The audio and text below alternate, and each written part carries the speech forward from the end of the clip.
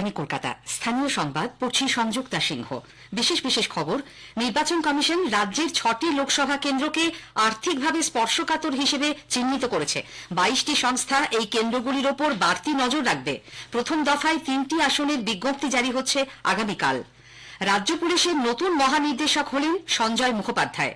Garden রিচে বেআইনিভাবে নির্মীয়মান বহুতল ভেঙে পড়ার প্রায় 43 ঘণ্টা পর ধ্বংসস্তূপের নিচ থেকে আরও একজনকে উদ্ধার করে হাসপাতালে নিয়ে যাওয়া হয়েছে।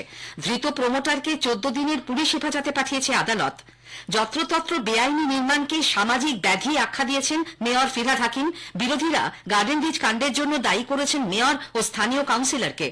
ঘূর্ণাবর্ত এবং অক্ষরেখার প্রভাবে বৃহস্পতিবার পর্যন্ত দক্ষিণবঙ্গে এবং শনিবার পর্যন্ত উত্তরবঙ্গে বৃষ্টির পূর্বাভাস দিয়েছে আবহাওয়া দপ্তর। আসছি বিস্তারিত খবরে।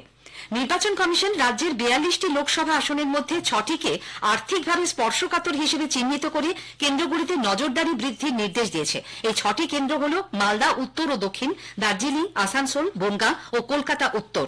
এইসব আসনে আয় ব্যয় কি হচ্ছে তার উপর বাড়তি নজরদারির জন্য কেন্দ্রীয় ও রাজ্য সরকারের 22টি সংস্থাকে দায়িত্ব দেওয়া হয়েছে বলে মুখ্য নির্বাচনী আধিকারিকের দপ্তর সূত্রে খবর। গত নির্বাচনে এই কেন্দ্রগুলি থেকে প্রচুর নগদ টাকা ও মদ বাজেয়াপ্ত হবার কারণেই বাড়তি নজরদারির এই নির্দেশ। প্রথম দফায় লোকসভা ভোটের বিজ্ঞপ্তি জারি হচ্ছে আগামীকাল। এই দফায় 19 এপ্রিল ভোট নেওয়া হবে কোচবিহার, আলিপুরদুয়ার ও জলপাইগুড়ি আসনে। বিজ্ঞপ্তি জারির আগেই এই 3টি আসনের জন্য ব্যয় পর্যবেক্ষক সঞ্জয় কুমার, মদন মোহন মিনা এবং সালামকে দুর্গেশ যাদব আজ শিলিগুড়ি পৌঁছেছেন।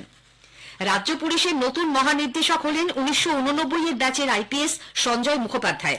গতকালই রাজীব কুমারকে এই পদ থেকে সরিয়ে দেয় নির্বাচন কমিশন। তার জায়গায় নিযুক্তির জন্য 3টি নাম চাওয়া হয় রাজ্যের কাছে। সেই তালিকা থেকে বিবেক সহায়কে বেছে নেওয়া হয়। আজই রাজ্য পুলিশের ডিজি হিসেবে দায়িত্ব নেন তিনি, কিন্তু 24 ঘন্টার মধ্যেই এই পদে বদল করা হলো। রাজ্য সরকারের পাঠানো তালিকায় বিবেক সহায় ও সঞ্জয় মুখোপাধ্যায় ছাড়াও নাম ছিল রাজেশ কুমারের। মুখ্য সচিব বিপি গোপালিকাকে চিঠি দিয়ে আজ নির্বাচন কমিশন জানায় সঞ্জয় মুখোপাধ্যায়কে রাজ্য পুলিশের ডিজি পদে নিযুক্ত করছে তারা। 31 মে বিবেক সহায়ের অবসর নেবার কথা, তখনও ভোট পর্ব চলবে। সেই কারণেই সঞ্জয় মুখোপাধ্যায়কে ডিজি করা হলো বলে মনে করা হচ্ছে। রাজীব কুমারকে ইলেকট্রনিক্স ও তথ্য প্রযুক্তি দপ্তরের অতিরিক্ত মুখ্য সচিব পদে ফেরত পাঠানো হয়েছে। কমিশনের নির্দেশ ছিল ভোটের কাজে যুক্ত থাকতে পারবেন না তিনি। কোচবিহার শহরের সুনীতি রোডের ব্রাহ্ম মন্দির লাগোয়া এলাকায় একাধিক ভোটার কার্ড উদ্ধারের ঘটনায় আজ চাঞ্চল্য ছড়ায়। স্থানীয় ব্যবসায়ীরা সকালে 35 থেকে 40টি ভোটার কার্ড পড়ে থাকতে দেখেন। খবর পেয়ে সেগুলি উদ্ধার করে নিয়ে যায় কোতোয়ালি থানার পুলিশ।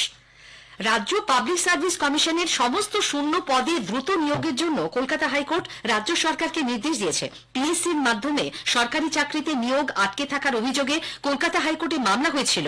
সেই মামলার শুনানিতে আজ প্রধান বিচারপতি টি.এস. শিবজ্ঞানম ও বিচারপতি হিরণময় ভট্টাচার্যের ডিভিশন বেঞ্চ পিএসসিকে দ্রুত ও স্বচ্ছভাবে শূন্য পদ নিয়োগ শুরু করতে বলেন।